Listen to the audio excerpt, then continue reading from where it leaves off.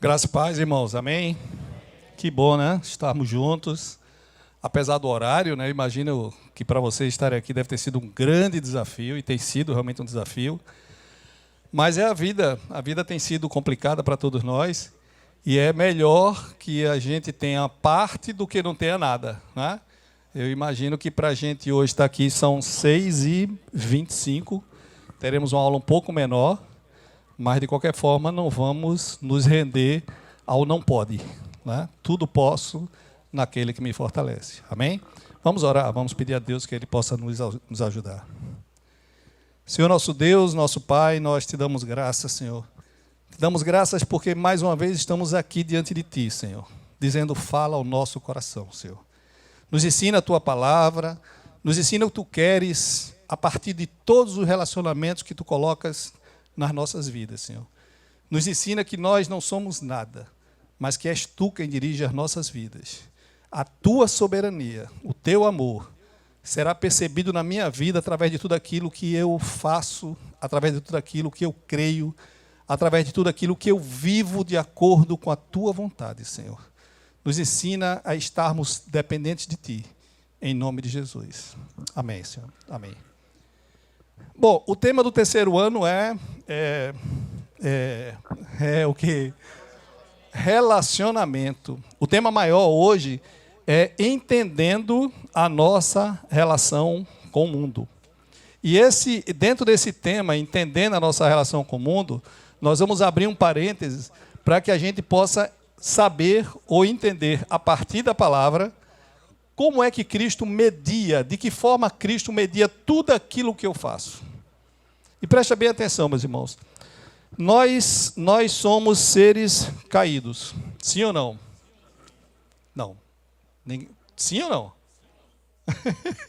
Sim, todos nós somos seres caídos. E caímos lá em Gênesis, não é? E quando nós caímos porque nós demos as costas àquilo que Deus quer para as nossas vidas. Deus tinha algo muito maior do que a opção que nós fizemos.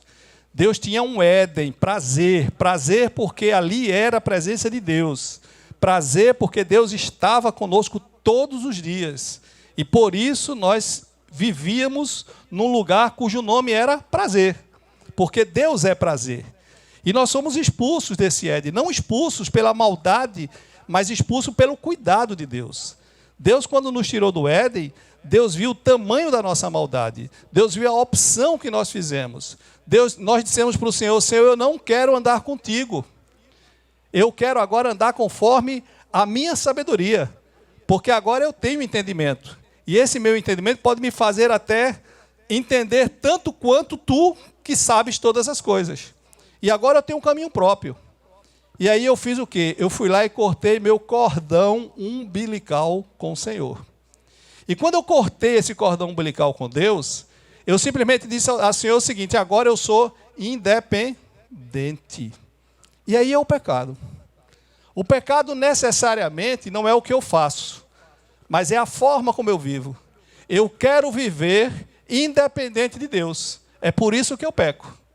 E quando é que eu vivo de acordo com a vontade de Deus? Olhando para Ele, dizendo que sou incapaz de fazer a vontade dEle, mas dizendo todos os dias, estou disponível. Estou disposto. Então, naquela queda, nós dissemos ao Senhor que o nosso aliado, e preste atenção só nisso aqui que eu vou dizer para vocês. Ó. A queda, ela nos causou 3 distorções.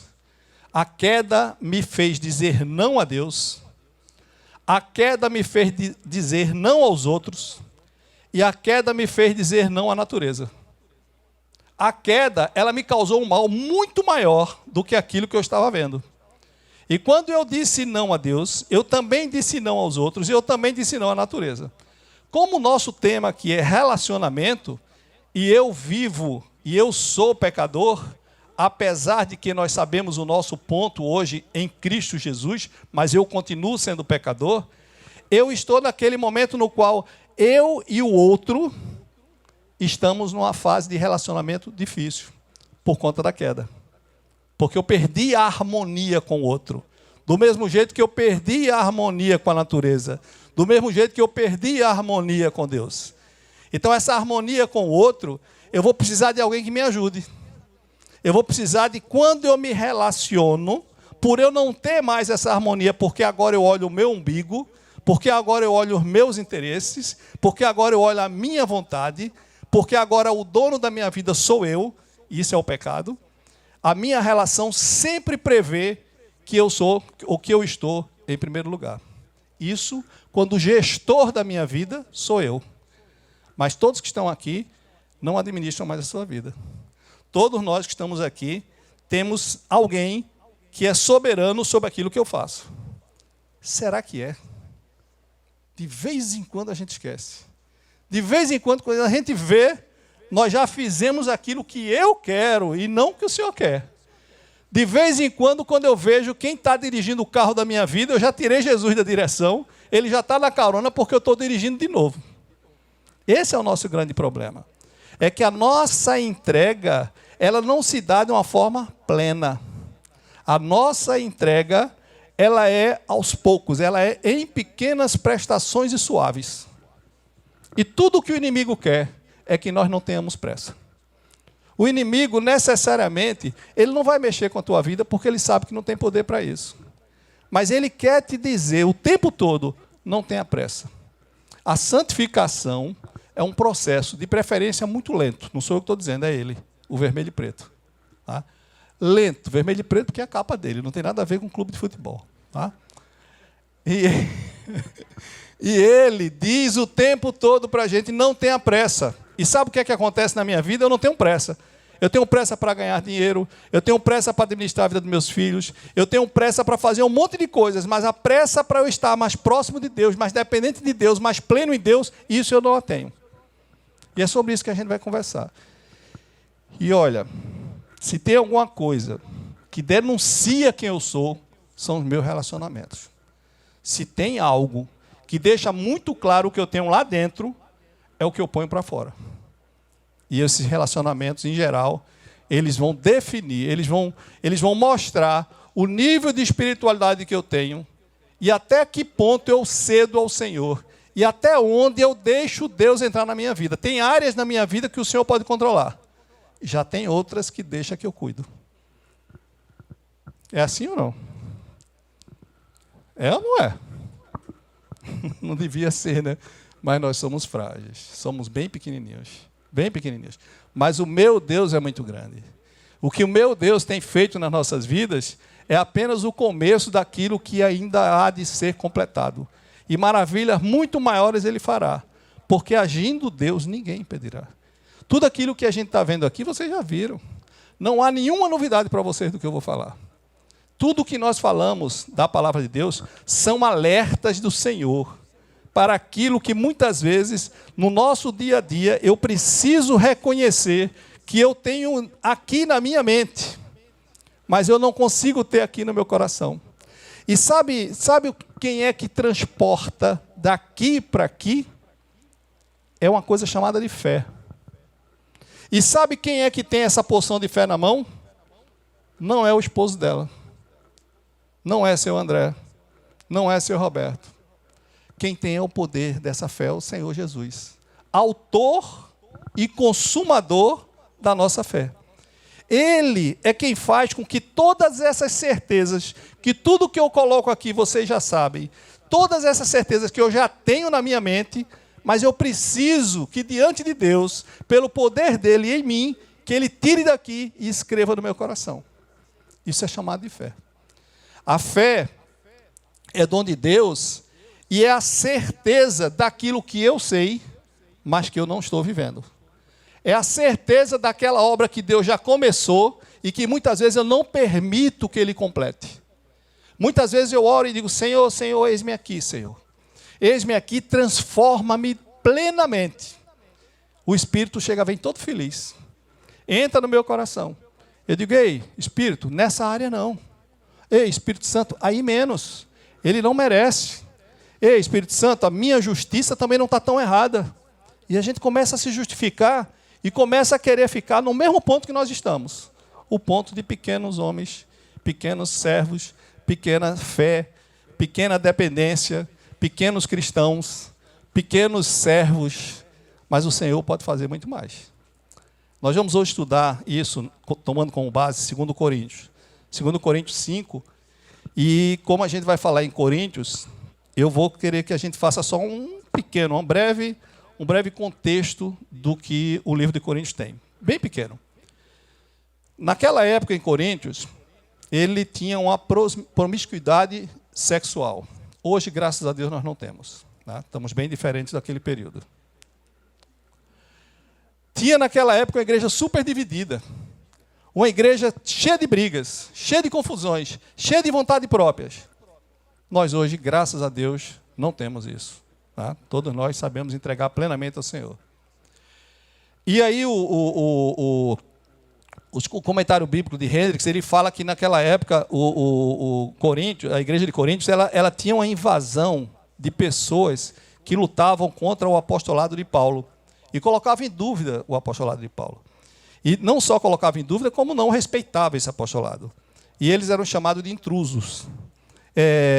Na verdade, eles eram judeus que estavam muito mais ligados àquilo que era tradição do que propriamente a espiritualidade que Jesus veio mostrar na cruz. E eles estavam muito mais preocupados com usos e costumes do que propriamente uma entrega maior do seu coração. E aí começavam essas confusõezinhas dentro da igreja. Oposição crescente a Paulo. Paulo foi um dos 12 apóstolos? Sim ou não? Não? E por que Paulo é apóstolo? Conhecido como apóstolo de gentios. Mas por não ter sido um dos 12, quem era contra Paulo dizia, ei, esse cara não é apóstolo. E começava a querer tirar o poder que Paulo tinha e começar a querer diminuir a palavra de Paulo dentro da igreja. Bom, e aí eu coloquei só ali, 2 Coríntios 10, 11, 12, 13, é Paulo aproveitando essa carta ao Coríntios e deixando bem claro o poder que Deus deu a ele para que ele fosse apóstolo. Tá? Essa epístola de Coríntios, ela apresenta um discurso profundamente teológico. 1 Coríntios, ele encontrou um momento mais calmo na igreja de Coríntios. Mas em 2 Coríntios, ele pegou uma igreja bem mais complicada.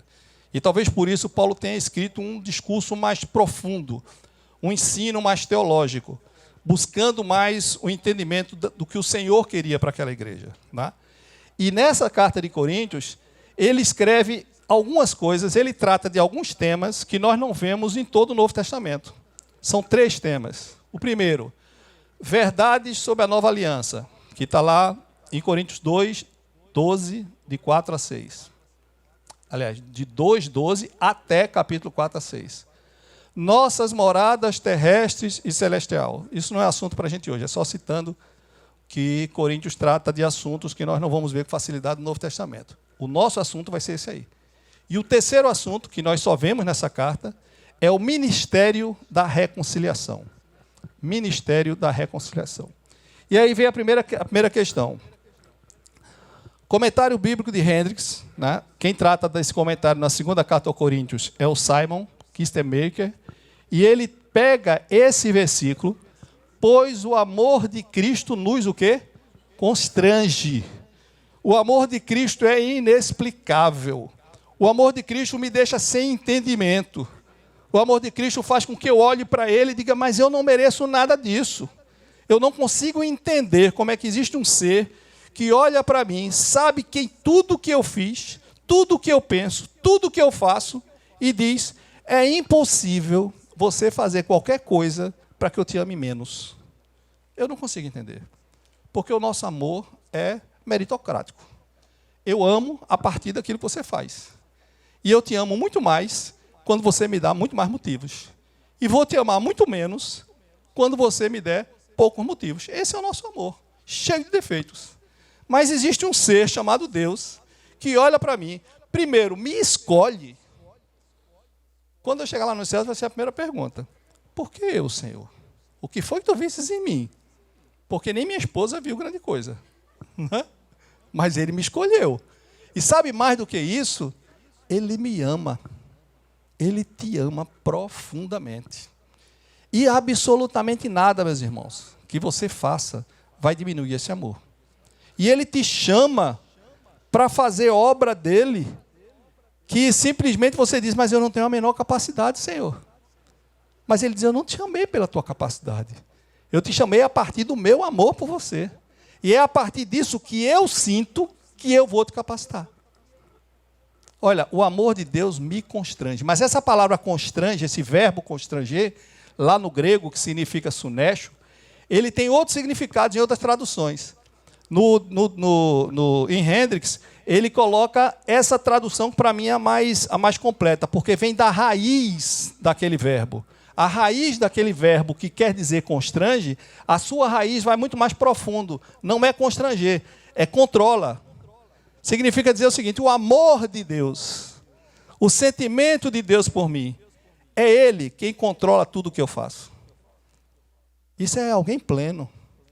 É nessa caminhada que nós vamos. Lembra que nós estávamos no Éden e fizemos uma opção errada? Agora existiu alguém que me faz vê-lo, e agora eu olho para esse Deus e digo, Senhor, eu quero depender completamente de você. Plenitude. Até que nada mais importe. A tua graça, no momento que a tua graça me bastar, no momento que a tua graça for o grande motivo, a grande razão da minha felicidade, eu sou pleno em ti, Senhor. Essa é a nossa caminhada cristã, não tem outra. Tudo que se falar em qualquer igreja, nessa nossa igreja, tudo que se falar no púlpito, tudo que se falar em qualquer um dos eventos da nossa igreja, é para que nós possamos ter a oportunidade de conhecer de uma forma plena o Senhor, naquilo que é possível ainda em carne. Nessa forma carnal limitada, eu posso ter um lugar, onde muitos encontraram esse lugar. Um lugar no qual as dores não me alcançam, porque o amor de Deus, a presença de Deus, o gozo de Deus é muito maior do que as circunstâncias que me atacam. E é nesse lugar que nós precisamos estar. Não visitando esses lugares como se essas visitas rápidas fossem flashes de Deus e isso fosse suficiente. Vivendo nesse lugar. Vida plena significa viver diante de um Deus que já me transformou. Eu já não sou o que eu era. Eu sou aquilo que Ele fez. E esse Deus que me transformou, Ele tem poder para me fazer viver nesse lugar. Plenitude. Não é? Precisamos entender que existem ambições espirituais que elas não são possíveis porque eu tenho poder para chegar lá. Mas elas são possíveis porque eu estou aliado a alguém que tem poder para me levar a viver nesse lugar. Amém? Amém. Glória a Deus. Vê que coisa linda. Tudo isso que eu vou mostrar são traduções diferentes desse verbo grego sunétio, que quer dizer constrange. O amor de Deus me controla. O amor de Deus me impele. O amor de Deus me impulsiona. O amor de Deus me incentiva a avançar. O amor de Deus me domina plenamente. Glória a Deus. O amor de Deus me prende. Eu sou escravo desse amor. Uma vez eu vi uma definição sobre esse constranger. O pastor, foi até um pastor da Escócia que pregou aqui na igreja. Não sei se você lembra, ele pregou sobre esse texto. O tradutor era até o Gustavo. O amor de Cristo nos constrange, esse controlar, esse impulsionar, impelir. Ele fala, é um barco num grande lago e vai entrando num desfiladeiro assim, ó, não tem pra onde sair não. Entendeu? Não tem pra onde você sair. Você entra num desfiladeiro, tipo assim, você não tem, está constrangido ali, não tem pra onde você ir. Você vai chegar lá. E que bom que é assim, né? Porque se for algo muito largo, a gente vai querer sair. Tá? Existem muitas dúvidas no mundo cristão de até onde vai a soberania de Deus e até onde vai a minha responsabilidade. Porque eu tenho responsabilidades. Eu tenho opções a fazer. Mas Deus é soberano. Então, se Deus é plenamente soberano, eu não decido nada, eu não faço nada. E Deus é quem dirige todos os passos, até a hora que eu vou tomar o café. E não é bem assim. Eu tenho liberdade de agir. Eu não tenho livre-arbítrio. Lá no Éden, eu tinha, quando eu era alguém sem pecado. Depois do pecado, eu perdi esse livre-arbítrio. O livre-arbítrio, eu não o tenho porque eu não posso não pecar. Eu já tentei fazer isso. Eu, quando me converti, faz pouco tempo, uns 30 anos atrás, e aí, quando eu me converti, eu cheguei na igreja, o pastor falando sobre pecado, eu digo, que história é essa? Eu não vou pecar. E eu cheguei para minha esposa e disse, Ana, eu vou passar uma semana sem pecar. E quando eu voltar, eu vou dizer ao pastor, eu passei uma semana sem pecar. Olha, só não pequei no mesmo dia porque eu dormi cedo. Mas no outro dia, pela manhã, quando eu me acordei, tocou o telefone, alguém fez uma coisa lá que não estava muito do meu agrado, eu já detonei no telefone. Quando eu terminei, eu digo, Senhor, pequei, mas também só foi essa vez, vou continuar sem pecar. Não tem jeito. Eu não entendia nada do que significava isso, mas eu só sei de uma coisa, existe alguém que mesmo sabendo que eu sou pecador, mas que controla a minha vida para que eu não caia nos abismos. Nós não temos um trilho. Um trilho que eu quero dizer é algo que eu tenho que andar por cima dele sem ter opção nada para a esquerda e nada para a direita. Não é assim a minha vida. A minha vida não é um trilho, mas é uma trilha. Eu tenho um espaço. E nesse espaço eu tenho a opção. Eu tenho a opção de vir mais para cá e tenho a opção de andar mais para lá. Eu faço opções na minha vida. E essas minhas opções me levam a alguns resultados bons e outros nem tanto. Só que imagine a seguinte situação. Imagine que nessa trilha você tem 2 paredões, um de um lado, o outro do outro. E preste atenção, esses paredões não são tão paralelos assim não. Existem vários momentos na vida que esses paredões se alargam, me dando mais opções, e outros momentos, que é esse que André falou, esses paredões se estreitam, me dando menos opções. Porque o Senhor, que é soberano, Ele também sabe todas as coisas. E Ele sabe os momentos difíceis que eu não consigo decidir, e sabe os momentos que eu estou mais próximo dEle e que eu tenho mais facilidade de tomar minhas decisões. Porém, existe um grande paredão em cada lado. Muitas vezes, eu cometo decisões tão erradas que eu vou, e se brincar, eu vou cair.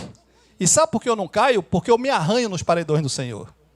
E sabe por que eu me arranho? Porque isso é o cuidado de Deus. Para que eu não caia nos abismos da vida. Por não saber tomar decisões. Está dando para entender essa confusão? Nós tomamos decisões certas e nós tomamos decisões erradas. Porém, você jamais sairá do caminho do Senhor, porque Ele te escolheu e Ele é soberano, e nenhum de nós sairá das suas mãos.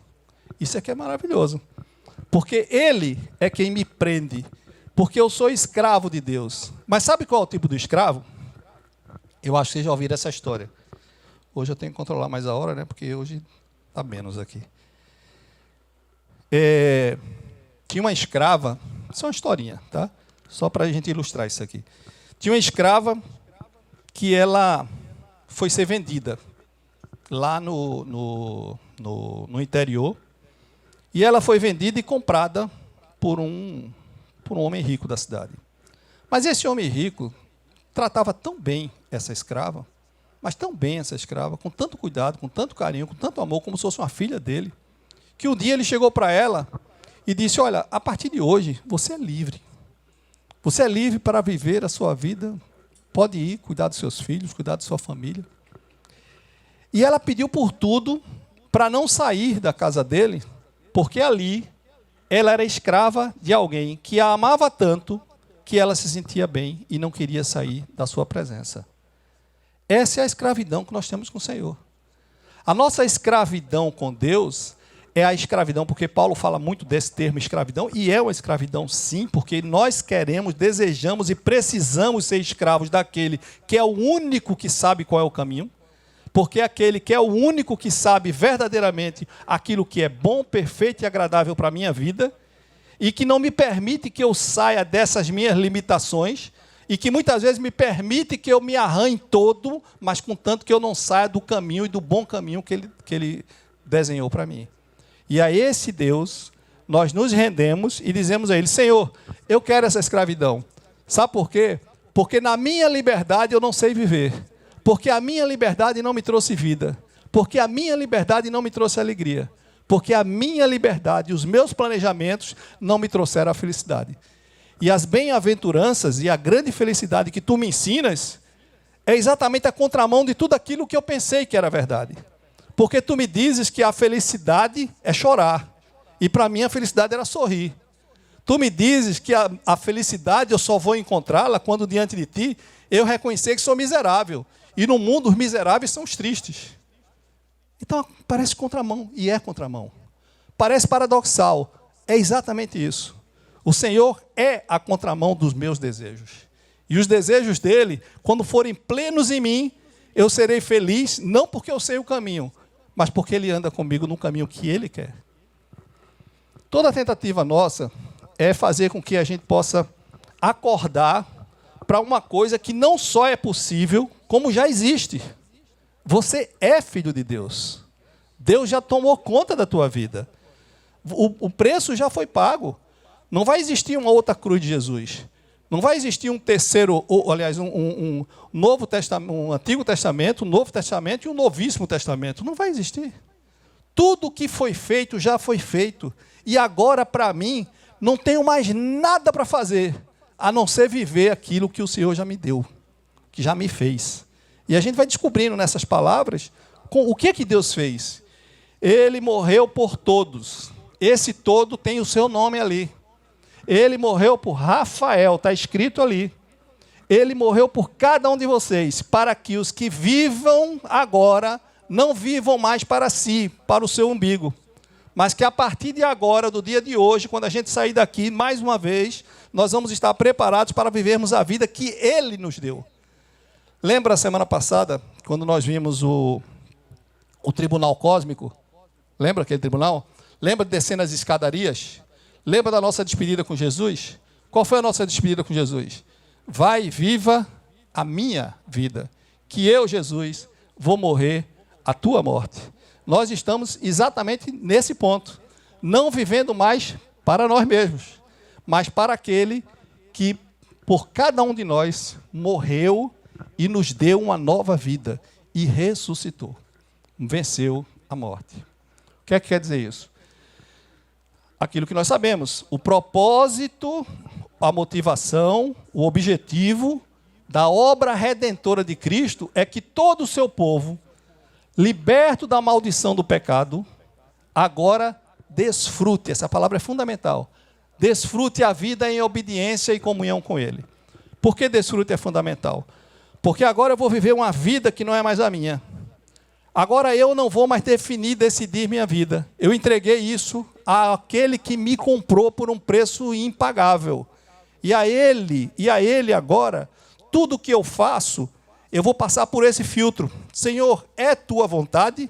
Senhor, é isso que tu desejas? Ora, nós não fomos criados para isso. No pecado, toda a nossa criação, toda a nossa cultura foi, você é criado para meritocracia. Você foi criado para ser o melhor. Você foi criado para ser independente. Você foi criado para tomar suas decisões. Você foi criado para você ter seus planejamentos e suas vitórias. É isso que o mundo nos ensinou.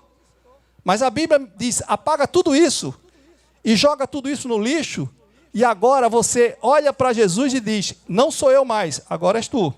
Isso é ruim para mim, porque eu perdi minha independência. Isso é ruim para mim, porque eu não controlo mais. Não, não é ruim. É prazeroso. O desfrutar é ter prazer naquilo que eu não estou acostumado, mas que é muito bom. Naquilo que eu vou exercitar a partir de alguém muito poderoso em mim, e a mim só depender ou só me entregar.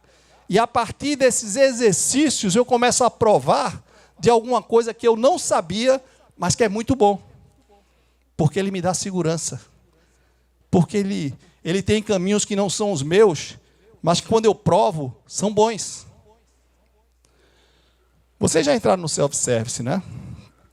Self-service. Aí tem lá um monte de comidas bonitas. Eu só vou em cima das mais bonitas, não é? Aí às vezes tem aquele purê marrom, estranho, que eu não sei o que é, e que eu bato em Ana e pergunto, Ana é minha esposa, pergunto, o que é aquilo ali? E eu sei. E eu não quero provar, porque é feio. Porque nós compramos as coisas pelas nossas vistas. Jesus, às vezes, é esse prato. que é muito feio. Ele é apresentado lá fora como um prato muito feio. Mas que quando as pessoas ousam, se permitem a provar, dizem, aquela papa marrom é gostosa demais. E é melhor do que aquelas coisas muito bonitas que estavam ali em cima. Eu quero provar mais daquelas papas marrons. Nós precisamos provar mais de Deus. E provar de Deus é morrer mais. Provar de Deus é desistir de caminho próprio. Provar de Deus é fazer com que a ponte que é Jesus seja de volta o cordão umbilical dessa dependência, dessa escravidão, dessa vontade, em gozo. Só existe cristianismo se tiver prazer. Porque o Éden, que era prazer, era a presença de Deus. E nós estamos falando em presença de Deus nas nossas vidas. E se a presença de Deus não tiver gozo, é porque Deus não está presente. Não é? É mais ou menos isso aí. Propósito. Na queda, o homem se voltou contra Deus. A mulher também, viu? Ali tem homem, né? Mas a mulher também, apesar de ser dia da mulher, né? Eita, a gente tinha que fazer uma homenagem, não era? Roberto faz, já. Roberto é bom nisso. Na queda, o homem se voltou contra Deus, contra o próprio homem, contra a natureza, e se aliou com aquele outro. Sinceramente, é impensado isso. Mas se é impensado isso, quando a gente olha o Éden, as escolhas, por que eu faço a mesma coisa hoje?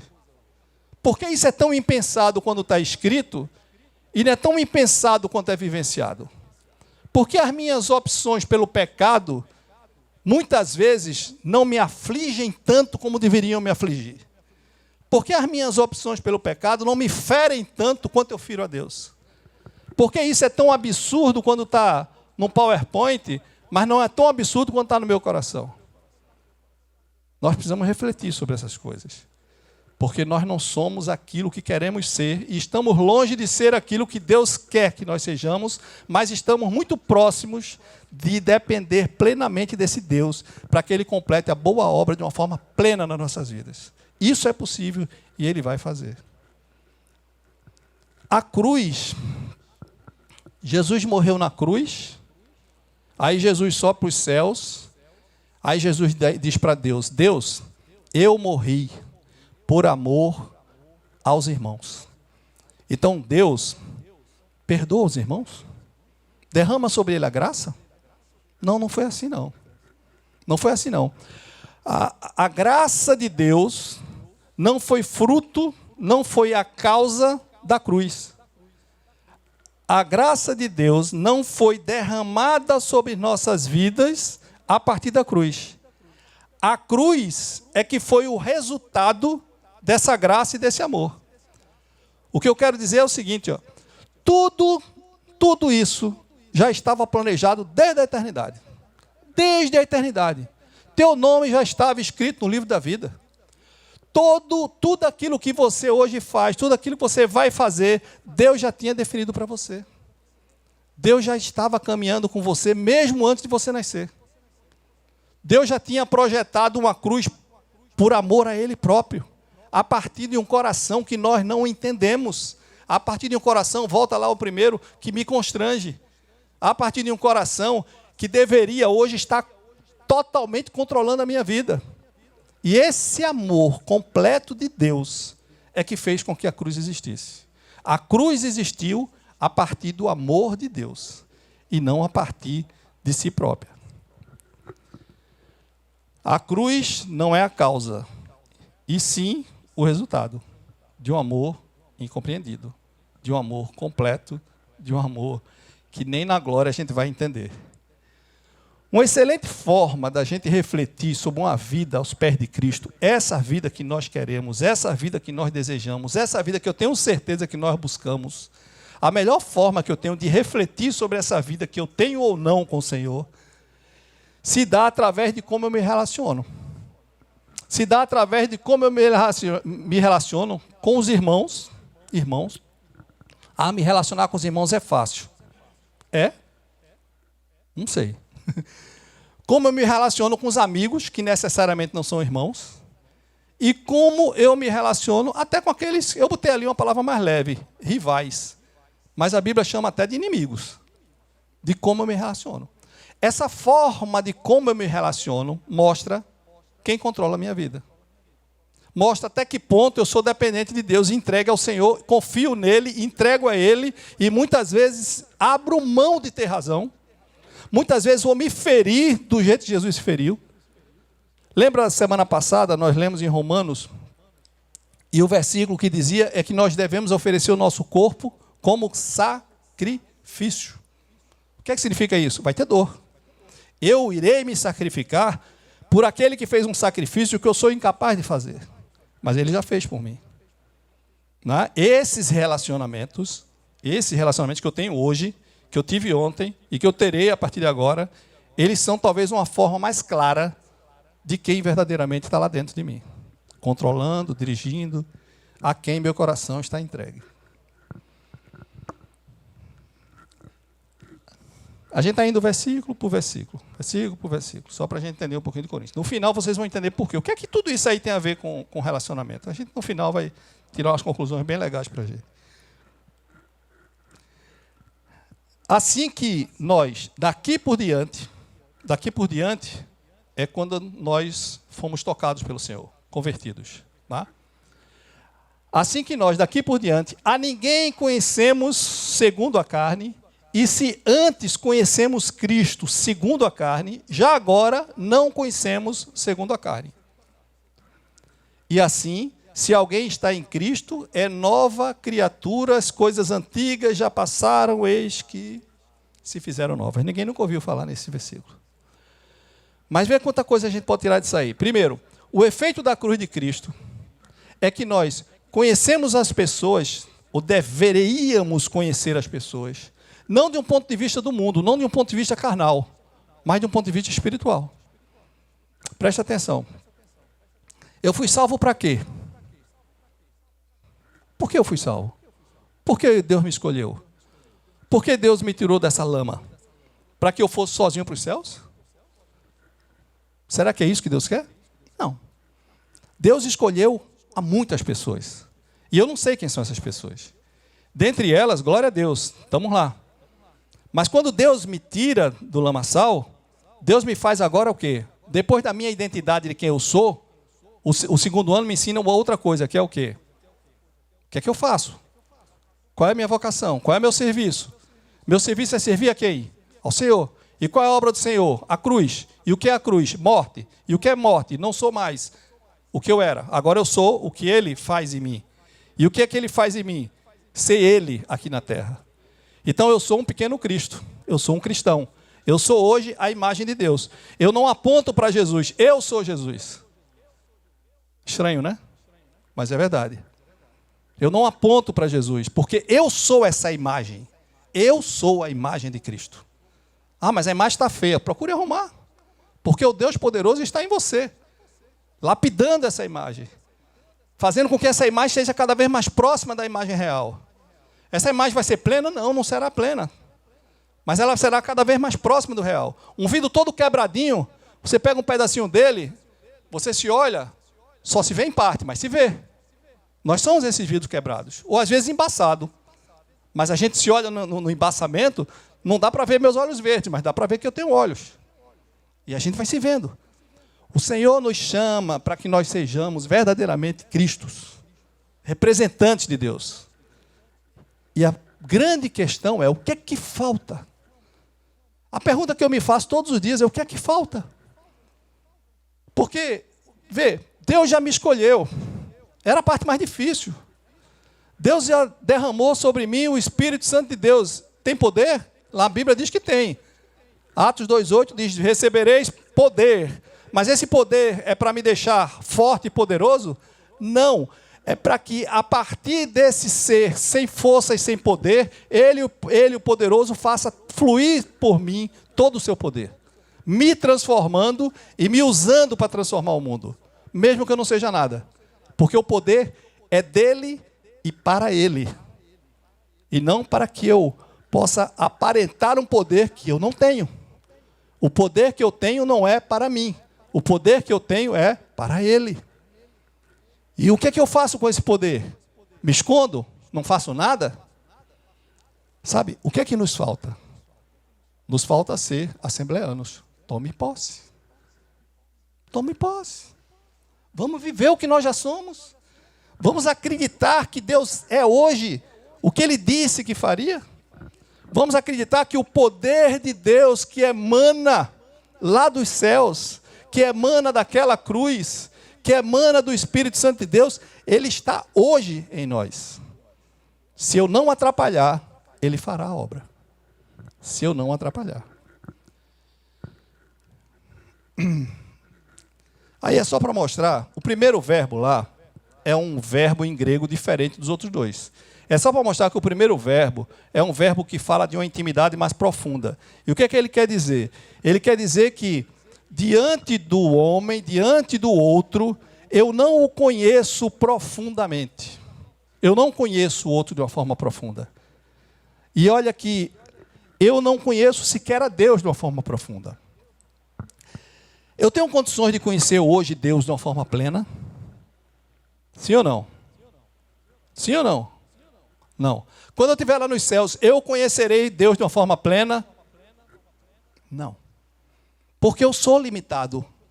Não é porque a plenitude de Deus estará escondida. É porque Deus é Deus. Ele é infinito.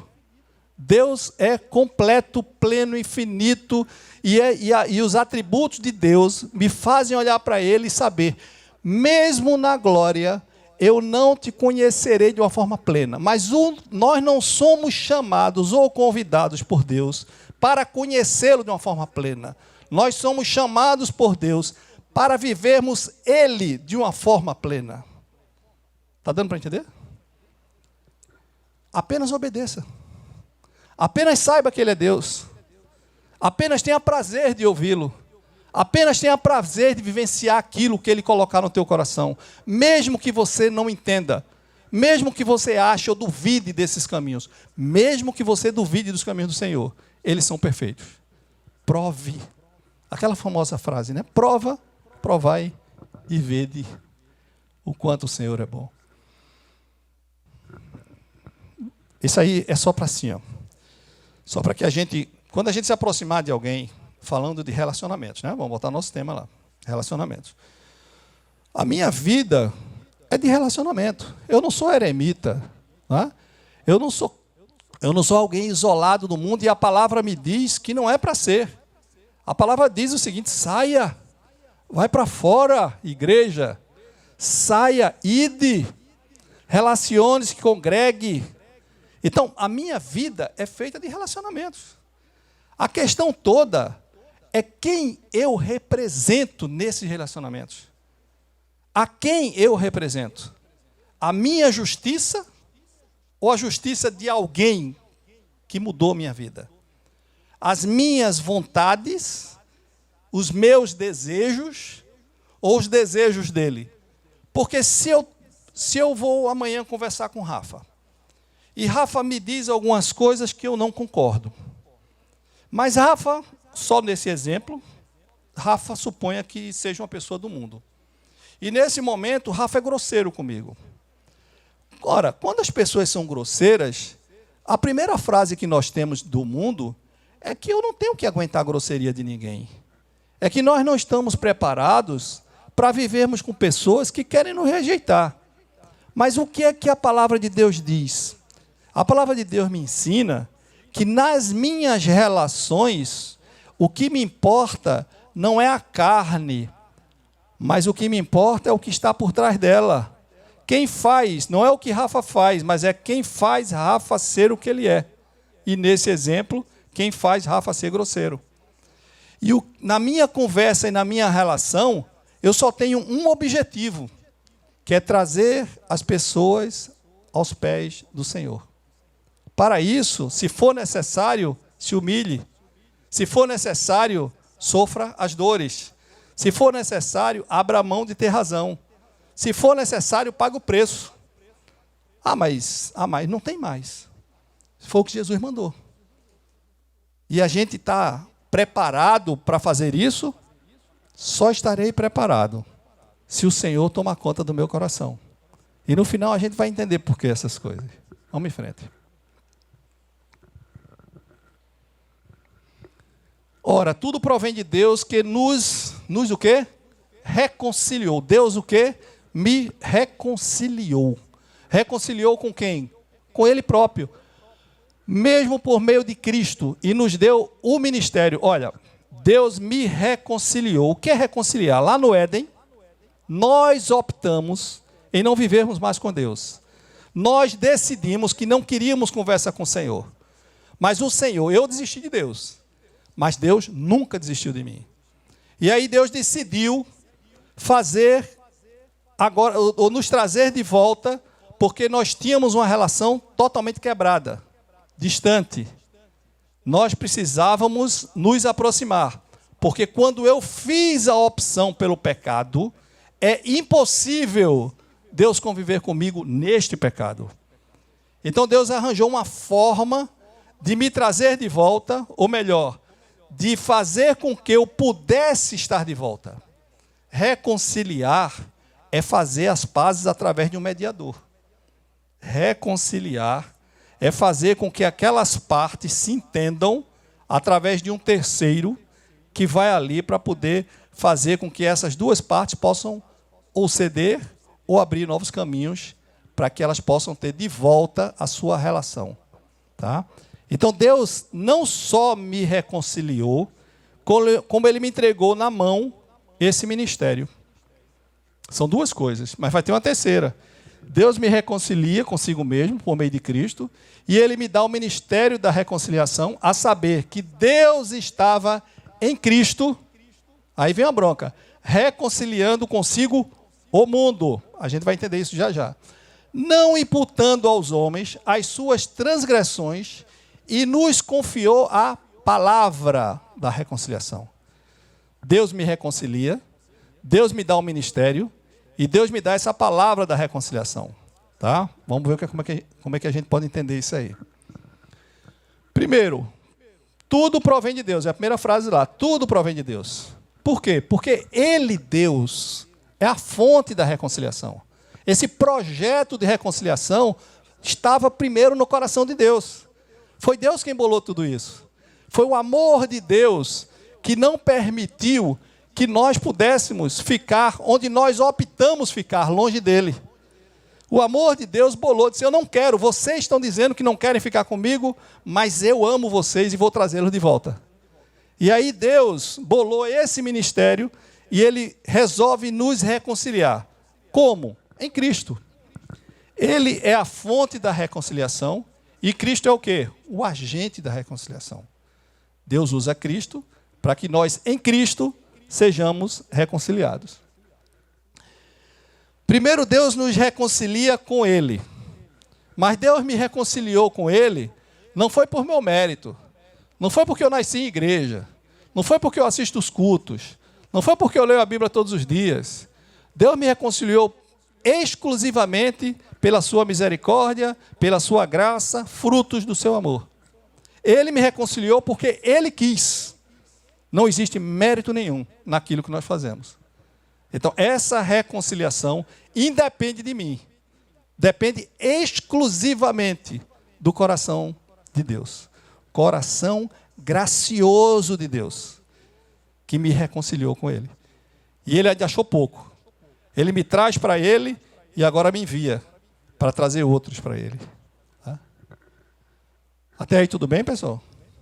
Se não estiver entendendo, o Roberto está ali, tá? Depois Ele reconcilia o mundo. Aí a gente vai precisar entender um pouquinho isso. Porque muitas pessoas usam isso como universalismo. Né? Ora, Deus reconciliou o mundo todo, então fiquem tranquilos, porque no final das contas todos irão para os céus. A cruz de Jesus foi totalmente sem nenhum resultado, sem nenhum efeito. Né? Deus reconcilia o mundo significa o seguinte: Deus estava separado do mundo por conta do pecado.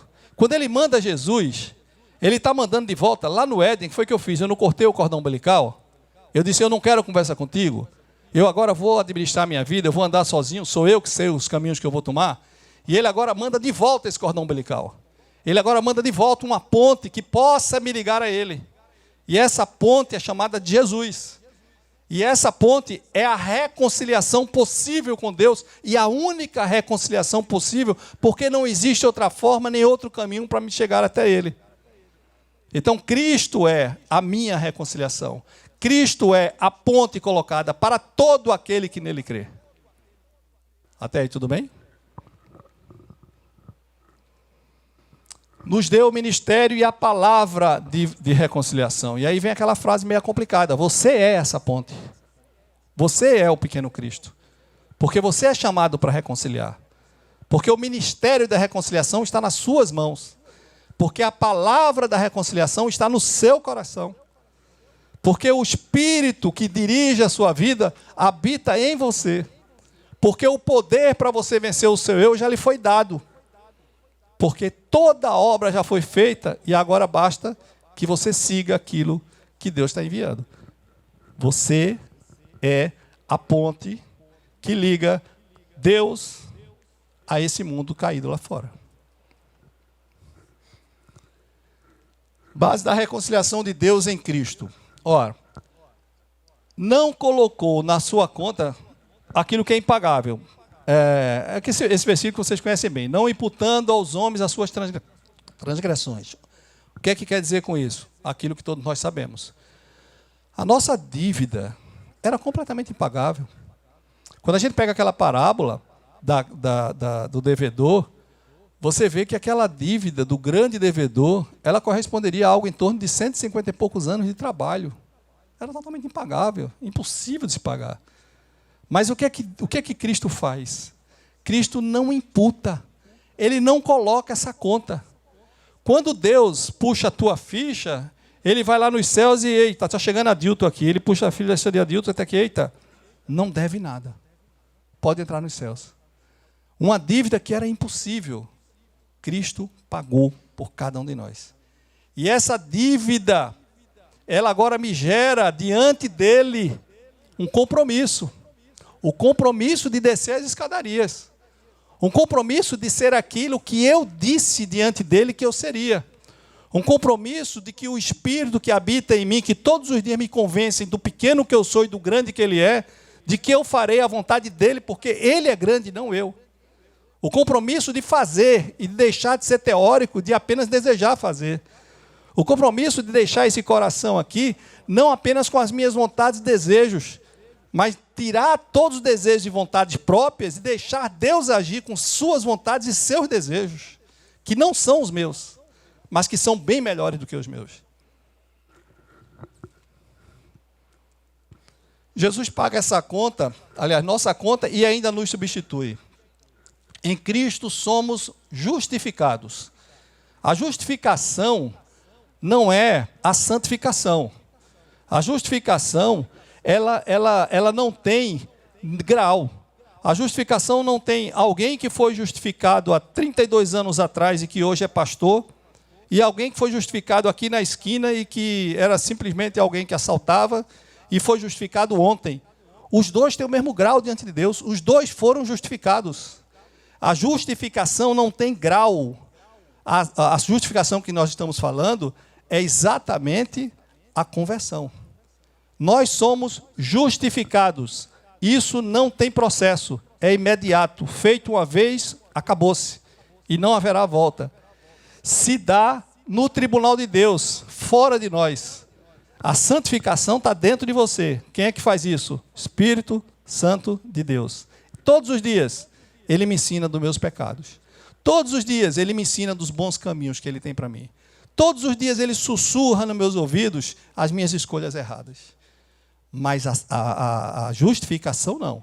A justificação é algo que foi feito no tribunal, foi uma escolha que eu não sei por que foi feita, foi uma escolha que Deus fez, que Deus agiu, que Deus transformou, que Deus tirou aquele coração de pedra e que Deus colocou o seu coração dentro de cada um de nós. Feito uma vez, por uma vez só e nada mais. A reconciliação ocorre quando as duas partes alienadas, a gente já falou sobre isso, uma da outra, são reconduzidas a um relacionamento harmonioso pelos esforços de um mediador que tem um nome chamado Cristo. Com respeito à reconciliação, Deus a inaugurou na vinda de seu Filho. Ele a faz prosseguir. a nossa reconciliação, ela se deu quando Jesus nasceu. Porque a nossa reconciliação tem um nome, Jesus. Quando ele nasce, a partir dali, a minha reconciliação já se inicia, com todos os seus ensinamentos e termina com a sua ressurreição. E depois, a cada momento do nosso dia a dia de hoje, ele a faz prosseguir ao perdoar o pecado diariamente. Todos os dias nossos pecados são perdoados.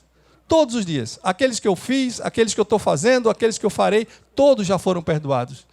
E ele a completará na consumação dos séculos, no dia que ele voltar. Tá? Você é porta-voz dessa reconciliação. Portanto, todos os seus relacionamentos, preste atenção, todos os nossos relacionamentos, eles têm um vínculo, eles têm um compromisso com essa reconciliação, com esse ministério. Não tem como desvincular isso. Tem o objetivo constante de levar as pessoas ao pleno conhecimento da cruz de Cristo. Eu não tenho outro objetivo nos meus relacionamentos que não seja a vida do outro, porque a vida dele é mais importante do que a minha. Sempre. O outro é mais importante. E o reino que eu represento é mais importante do que qualquer outra coisa. Mesmo que naquele relacionamento, para que o reino de Deus seja percebido, eu tenha que pagar com preço de dores, eu tenha que pagar com preços de injustiça, eu tenha que pagar com preços de abrir mão de ter razão. É para isso que eu vivo. Deus me chamou para essa obra. É a obra de entrega. É a obra de que eu já não mais vivo porque é tu que vives em mim. Essa é a obra que Deus nos convida. Eu acho que o pessoal vai desistir do terceiro ano. Não é? Vão desistir do terceiro ano. Essa obra é maravilhosa. Ela às vezes aparenta ser dolorida porque ela vai contra a nossa vontade. Muitas vezes a gente pensa que a obra de Deus, ela dói mais do que de fato ela dói. Sabe, nós não temos o costume de fazermos a vontade do Senhor plenamente. Nós temos o costume de fazer a vontade do Senhor quando é bom para a gente, quando é confortável para a gente, quando não me custa muito. Porque o meu amor não é altruísta, não é sacrificial. O meu amor é limitado. O meu amor é amor de porta aberta. Eu passo num carro. Se alguém tem a porta aberta, eu buzino e faz, irmãozinho, tua porta está aberta. Ele faz, obrigado, eu me sinto o máximo. Lá na frente, o pneu dele fura. Eu viro o rosto. Vai me custar sacrifício. Porta aberta, eu estou bem. Pneu furado, eu estou mal. O Senhor me chama só para pneu furado. O Senhor me chama para ter sacrifício. E esses sacrifícios vão me fazer crescer diante de Deus. E esses sacrifícios vão me tornar mais próximos do colo do Senhor. E esses sacrifícios vão me fazer mais parecidos com Deus. E esses sacrifícios vão tornar a minha vida mais prazerosas. É estranho, exercita para ver. De sorte que somos embaixadores em nome de Cristo. O que é ser embaixador? É o maior grau de representação de um Estado. O maior grau. É o mais importante grau. Você é o mais importante grau de Deus aqui na Terra. Você é embaixador, representante, assina em nome de Jesus, cheque em branco, assinado por Cristo na tua mão. É muito. A quem você daria o poder de falar em teu nome? Nós teríamos medo, né? A quem você daria uma procuração para resolver todas as coisas que quisessem em teu nome? Jesus faz isso com você. Nós representamos a Cristo e somos o representante máximo de Cristo aqui na terra. Embaixadores em nome de Cristo, como se Deus exortasse por nosso intermédio, e é exatamente isso que ele vai fazer. Em nome de Cristo, pois, rogamos que vos reconcilieis com Deus. Aquele que não conheceu o pecado, ele o fez pecado por nós, para que nele, em Cristo, fôssemos feitos justiça de Deus. Paulo, propositadamente, escolhe uma palavra muito forte, chamada embaixador, que em grego é um verbo, não é um substantivo, aliás, uma palavra simples. É um verbo, e é o verbo ser o embaixador, que talvez mostre a ação que nós precisamos ter como representantes de Deus. A palavra dá a entender que uma pessoa mais velha ou a mais velha de um grupo foi nomeada como porta-voz para ser representante de um governo ou de uma comunidade. É o maior representante de Deus aqui na Terra. Tá? E nós, na qualidade de cooperadores com Ele, também vos exortamos a que não recebais em vão a graça de Deus. Porque Ele diz, eu te ouvi no tempo da oportunidade e te socorri no dia da salvação.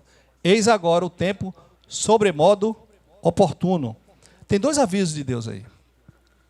O primeiro deles é o óbvio, que não recebais em vão a graça de Deus. O que significa isso? Nós recebemos a graça de Deus para o nosso deleite. Nós recebemos a graça de Deus para, diante de Deus, eu apenas me deleitar naquilo que Ele me dá, mas eu não estou disponível para fazer, para servi-lo. Porque eu só quero de Deus o que Ele tem para me dar, mas eu não quero o compromisso de serviço com o Senhor. Esse é o grande risco. E o serviço ao Senhor é uma entrega. E o que é que o Senhor vai pedir de mim amanhã? Não sei. Mas eu só sei de uma coisa. Você é representante de Deus aqui na terra. E como representante de Deus, você vai falar daquilo que Deus coloca no seu coração. E não tem outro assunto que não seja os céus. Não tem outro assunto que não seja salvação para essa humanidade. Não tem outro assunto que não seja tudo que o mundo lhe oferece é pouco diante do que Deus tem guardado para as pessoas que Ele escolheu e que Ele ama. Esse é o nosso assunto com o mundo. É o assunto chamado céus. É o assunto onde nós não cuidamos do reino da terra, mas nós buscamos o reino dos céus para que o mundo conheça quem verdadeiramente é Deus. Tá? Somos seus parceiros, porque está dito ali, cooperadores. Tá? Somos sim parceiros de Deus. Jesus nos chamou de amigos, somos cooperadores, mas acima de tudo nós somos servos do Senhor. Nunca esqueçam disso.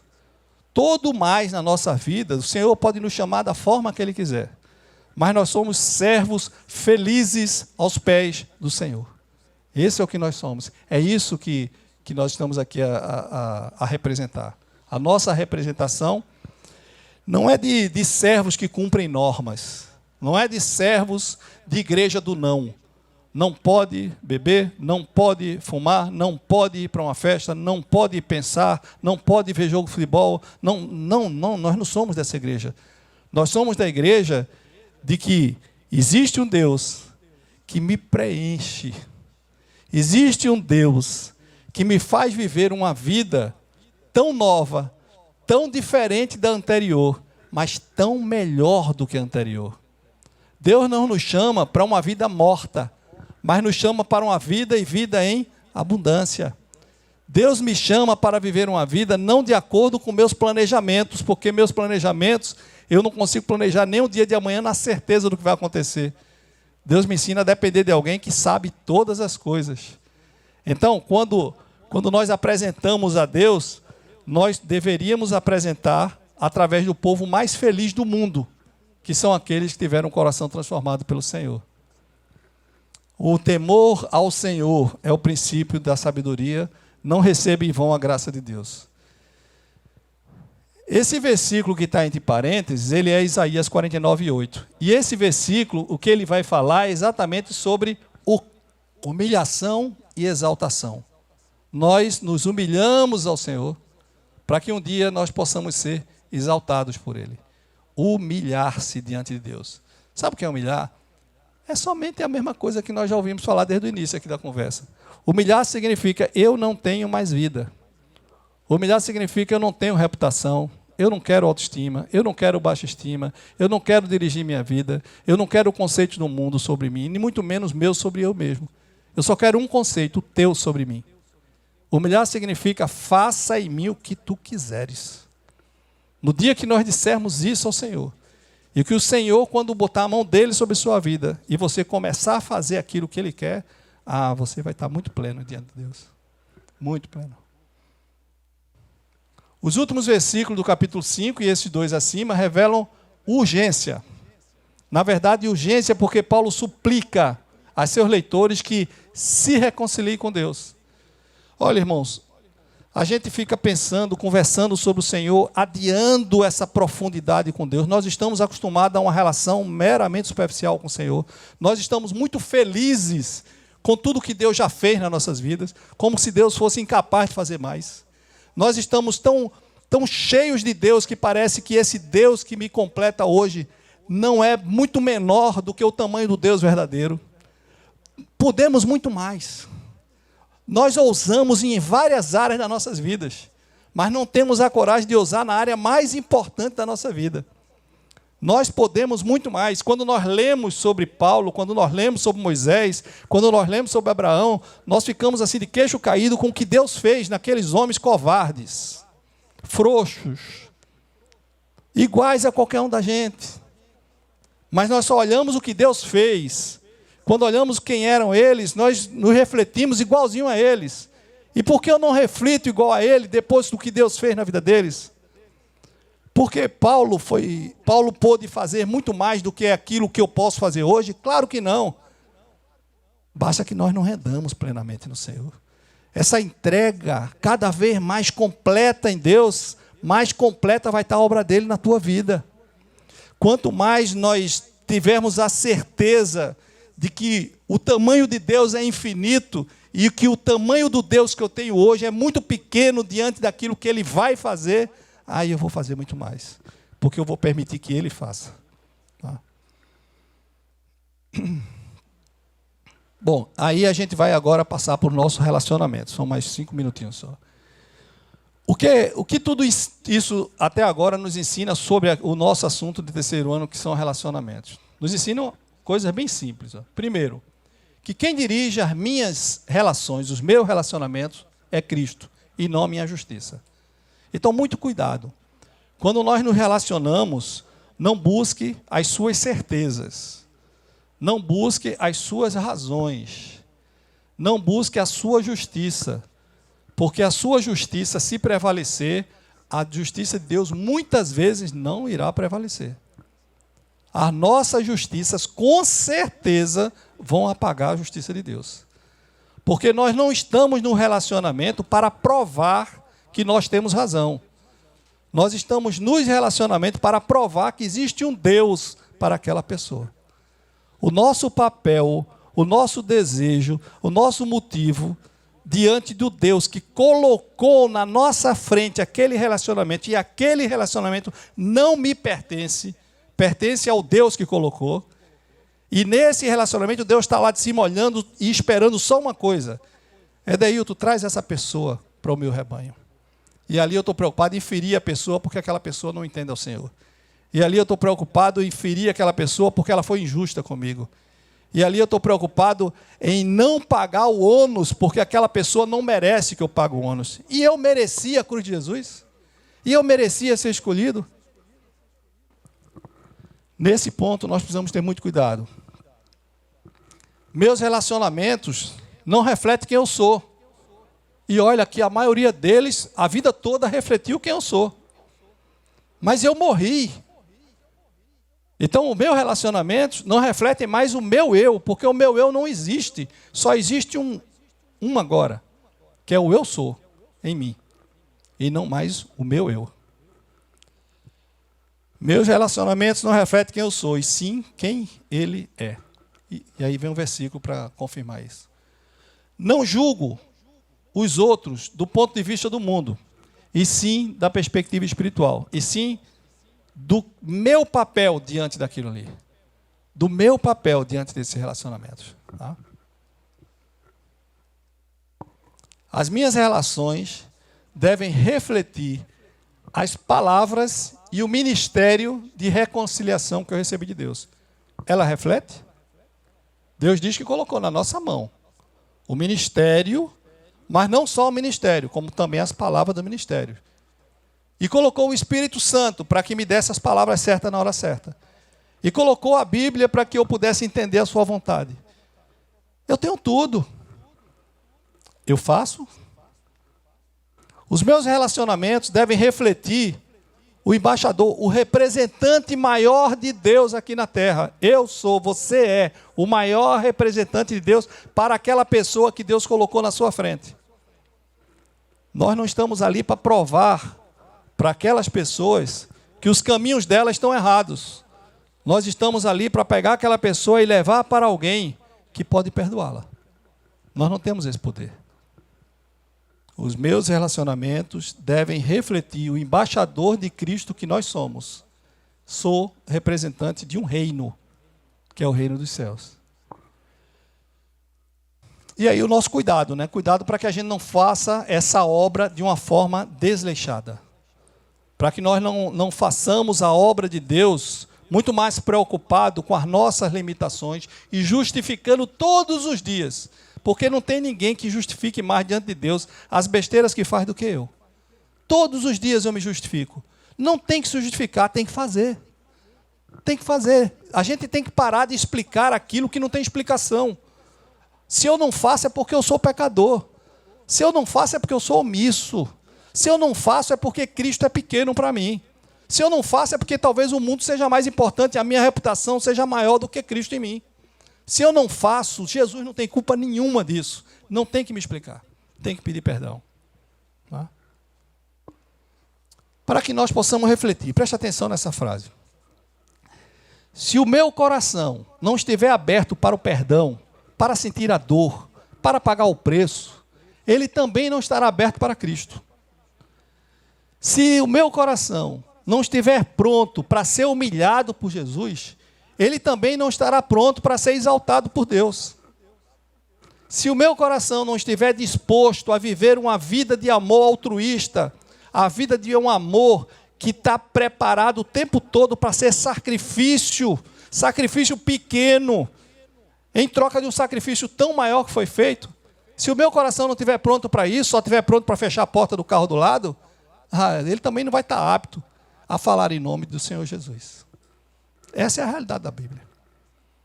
Que a gente se sinta animado com isso. Que nós nos sintamos motivados com isso. Que nós olhemos para o Senhor e diga, Senhor, aquele primeiro, eu acho que foi o primeiro, né? Um dos primeiros slides lá na frente, que diz que o amor de Cristo é quem controla, dirige, me impulsiona, é quem sopra a minha vida. Não mais eu, mas Cristo em mim. Amém, irmãos? Vamos orar. Senhor nosso Deus, te damos graças, Senhor, pelos teus alertas. Tu és bom, Senhor. Tu não cansas de nos chamar para que nós possamos entender a tua vontade, para que nós possamos corrigir os desvios das nossas vidas, para que nós possamos todos os dias aos teus pés pedirmos perdão por sermos quem somos e proibirmos a atuação maior em nossas vidas, Senhor. Tem misericórdia de nós, Senhor. Nos faz novas criaturas em Cristo Jesus. Mais uma vez, Senhor, nos faz novas criaturas. Tu nos chama de embaixadores, representantes maiores, Senhor. E nós somos tão pequenos, com tão pouca fé, Senhor. Levanta um povo ousado em nome de Jesus, Senhor. Que todas essas palavras sirvam para cada um de nós como motivação daquilo que Deus está fazendo e irá fazer cada vez mais nas nossas vidas. Mesmo sendo quem eu sou, Senhor, nada proibirá a tua ação através de nós, Senhor. Nos abençoa, Senhor. Nos ensina a nos relacionarmos, antes de tudo, nos relacionarmos contigo, Senhor. Porque é daí que há de vir todo o nosso socorro, todo o poder que emana de Cristo, que Ele habite sobre nós, sobre nosso coração, transformando as nossas vidas, em nome de Jesus. Amém, Senhor. Deus nos abençoe, irmãos. Até a próxima.